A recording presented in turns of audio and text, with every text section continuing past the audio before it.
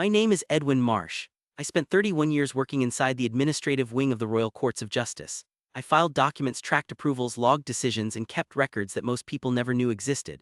I was not a guard. I was not a lawyer. I was not a judge. I was the kind of man who made sure the right paper reached the right room at the right time, and I did that without drama, without error, and without recognition for 3 decades. I have seen a great many things in that building. I have seen barristers weep in corridors. I have seen decisions that changed thousands of lives reduced to a single sentence on a single page. I have seen men of enormous power make small, quiet mistakes that unraveled everything they had built, and I have seen the opposite too. I have seen a young man with no rank, no authority, and no special training stand completely still in a corridor with a notebook in his hand and change the course of something important. This is his story. I want to tell it carefully because it deserves to be told carefully. There was nothing explosive about what happened. There were no raised voices. There was no confrontation, no arrest, no dramatic scene in a grand chamber. What there was attention. Quiet, sustained, patient attention. And in a place where everyone else was moving too fast to notice, that turned out to be the rarest thing in the building. His name was James Holbrook. He arrived at the administrative wing on a Tuesday morning in early March. I remember it was a Tuesday because the postroom was always understaffed on Tuesdays, and the corridors were busier than usual with clerks carrying stacked folders from one end of the building to the other. He came through the side entrance, not the main one. Most guards used the main entrance. James used the side entrance because he had read the staff handbook on the train and it said the side entrance was the correct point of arrival for security personnel assigned to interior duty. He had read the handbook on the train. That tells you something about him already. He was 24 years old. He had the bearing of a household cavalry guard, straight back, measured step, eyes that moved without his head moving. He was not tall in a way that made people stare, but he was steady in a way that made people feel that the room was slightly more under control than it had been before he entered. I noticed him immediately, not because he did anything remarkable in those first minutes, but because he did nothing unremarkable either. He stood exactly where he was supposed to stand. He watched exactly what he was supposed to watch. He said nothing that was not asked of him. I introduced myself and showed him the corridor he would be covering.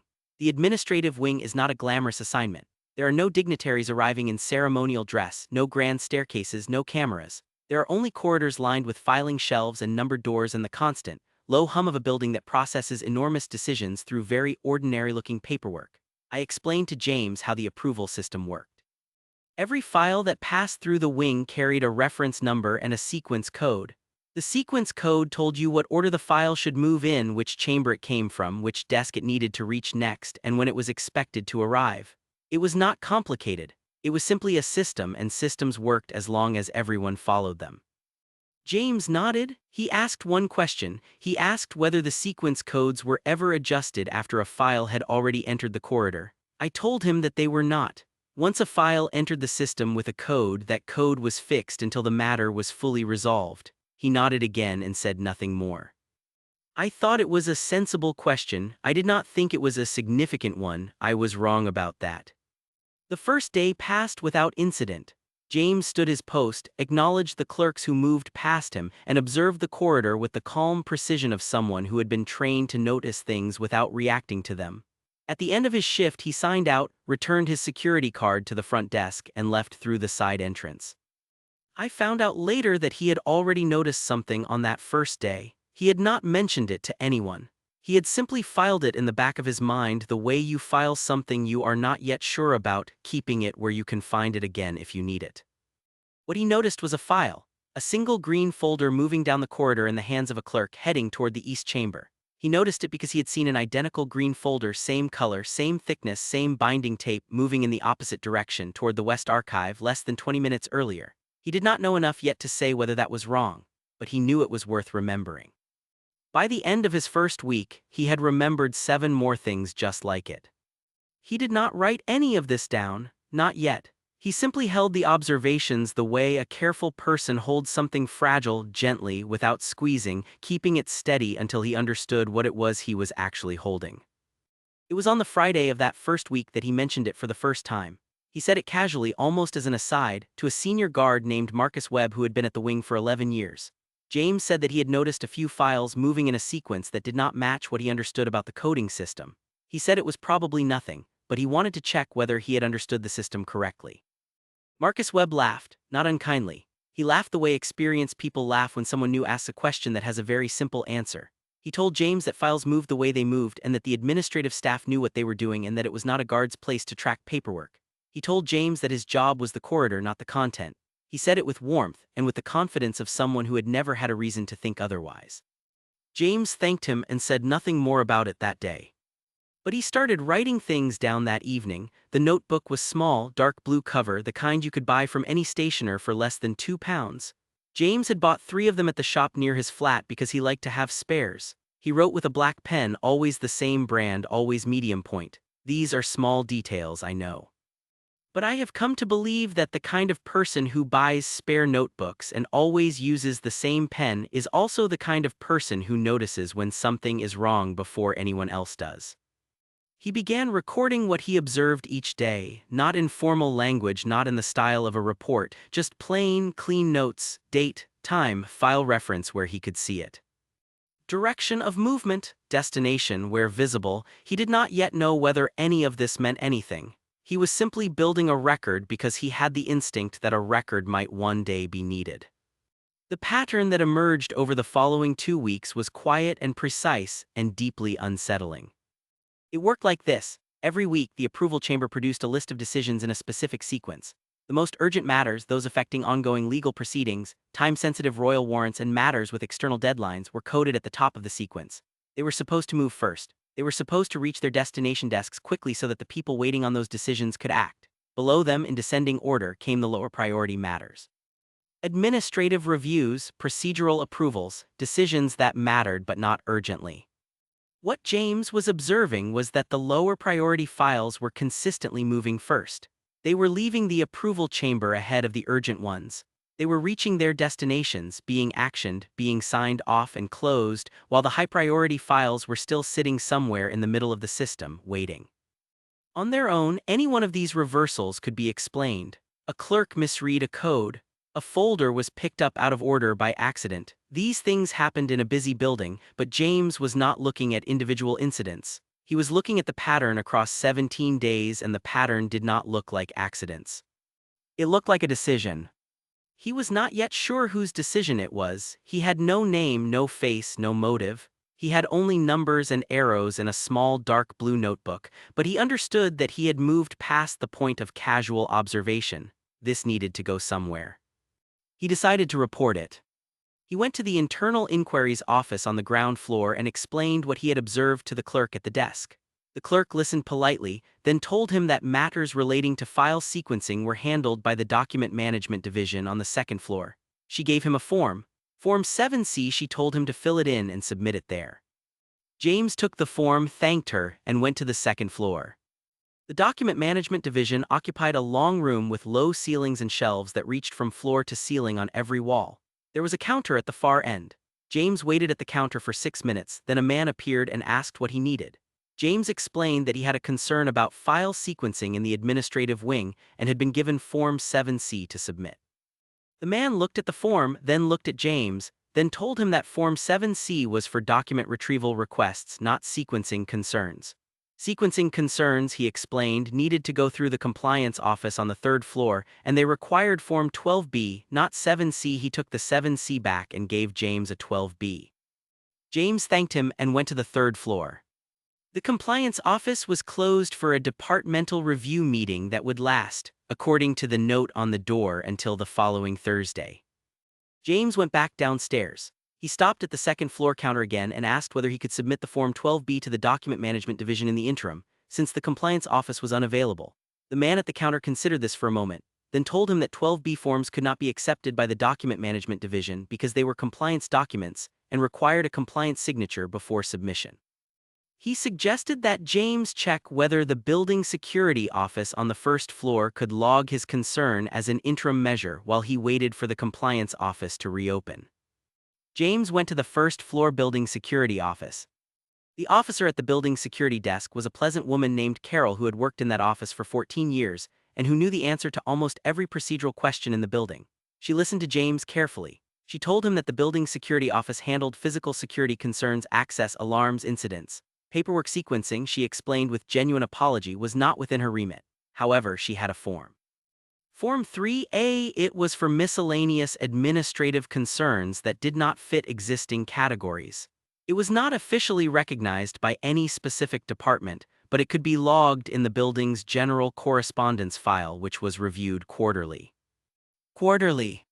James took the Form 3A, thanked Carol, and walked back upstairs. He stood in the corridor on the second floor for a moment.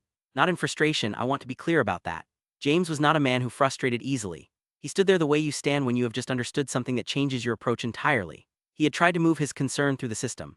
The system had responded by handing him pieces of paper that led to other pieces of paper that led to closed doors and quarterly reviews and sympathetic shrugs. He went back to his post. He opened his notebook. And he started over, more carefully this time.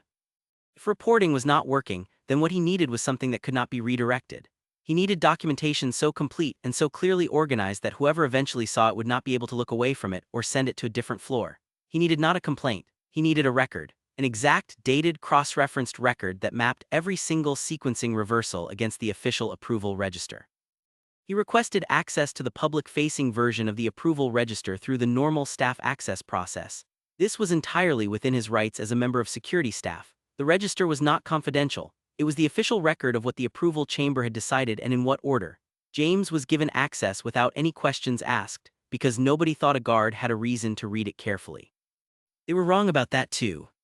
He began cross-referencing every entry in his notebook against the register.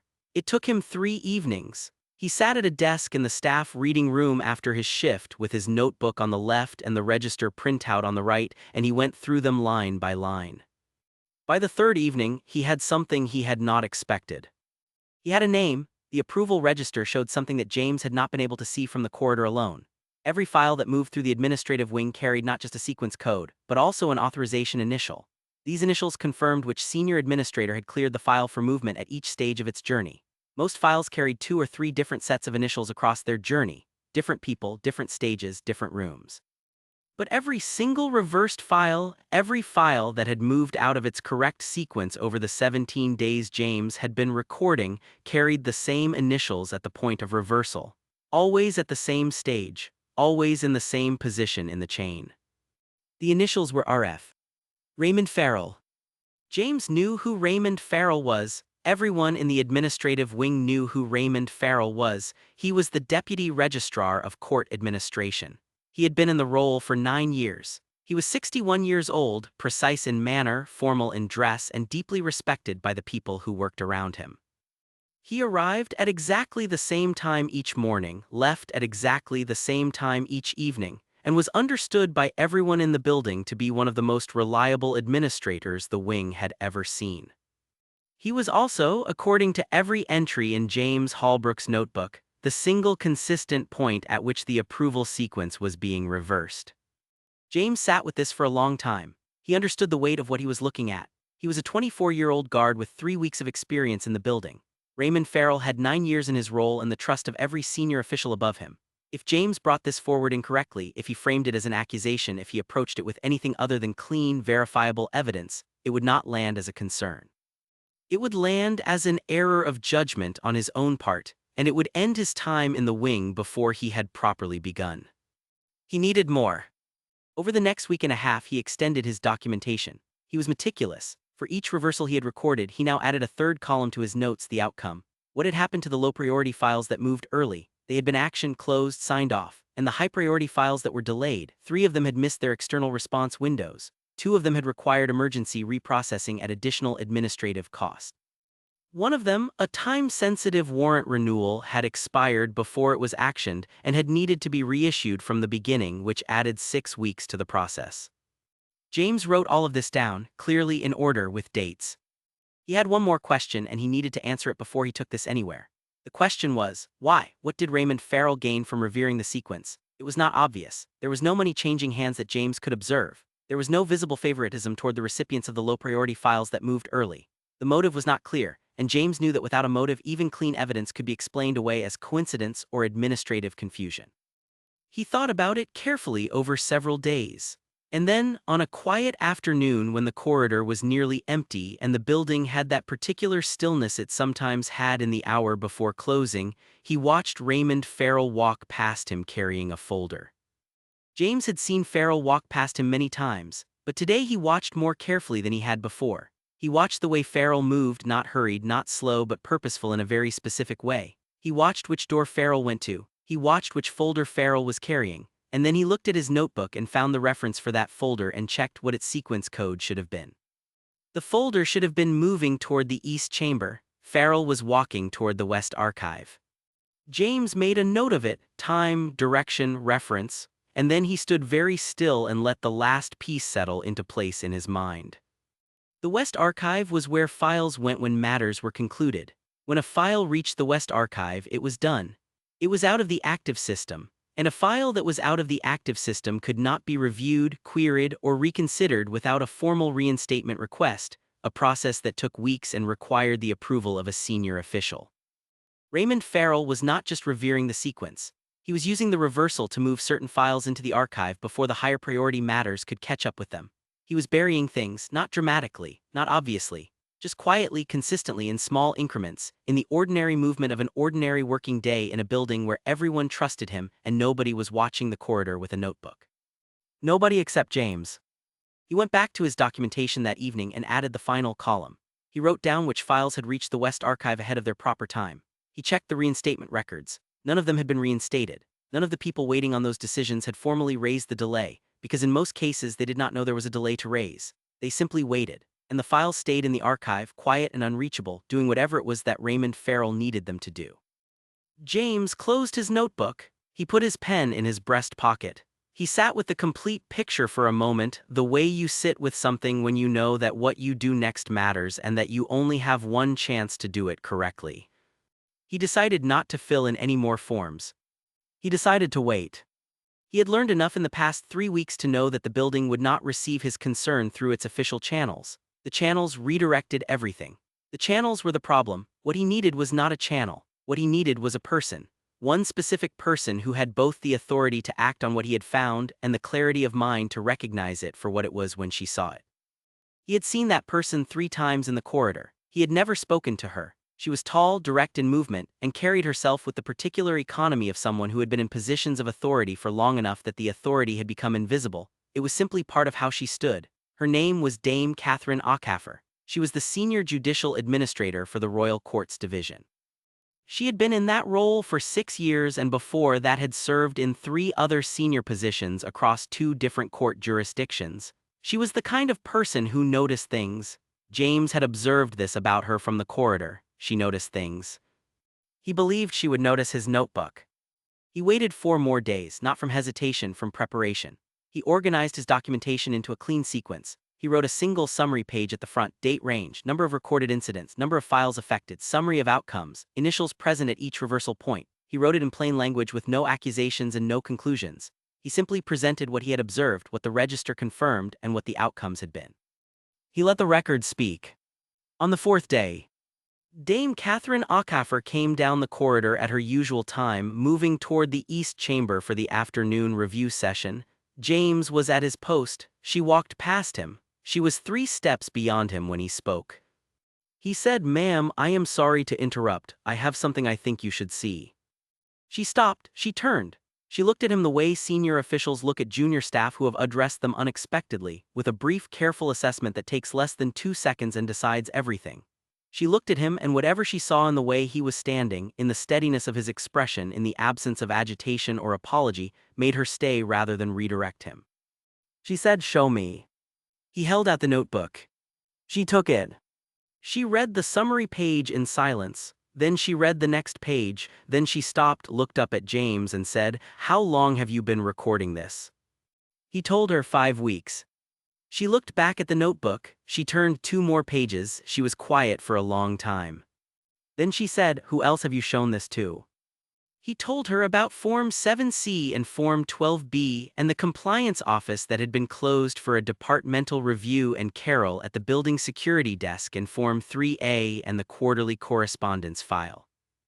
Dame Catherine Aucaffer was not a person who showed her reactions easily, but something crossed her face when he said that. Not amusement exactly. Something quieter than amusement. Something that looked like the recognition of a very familiar institutional problem wearing a very new face. She closed the notebook, she held it for a moment, then she said, "I will need to keep this." James said, "Yes, ma'am." She said, "You understand that this will be handled carefully and quietly." He said, "Yes, ma'am." She looked at him for one more moment, then she said, "You are very good at your job, Mr. Holbrook." She walked toward the east chamber, she did not look back. She carried the notebook the way she carried everything, with the calm certainty of someone who knew exactly what she was holding and exactly what she intended to do with it. James returned to his post. He stood in the corridor. He watched the afternoon light move along the filing shelves. He was 24 years old and he had just handed 5 weeks of quiet, careful, patient work to the person with the authority to act on it. He felt no great surge of triumph. He felt what I imagine careful people feel when something they have tended with great attention finally reaches the place it was meant to reach. He felt that it was correct. 3 days later, Raymond Farrell did not arrive at his usual time. He did not arrive at all. A brief internal notice circulated the following morning, the kind of notice that uses phrases like administrative transition and restructuring of duties.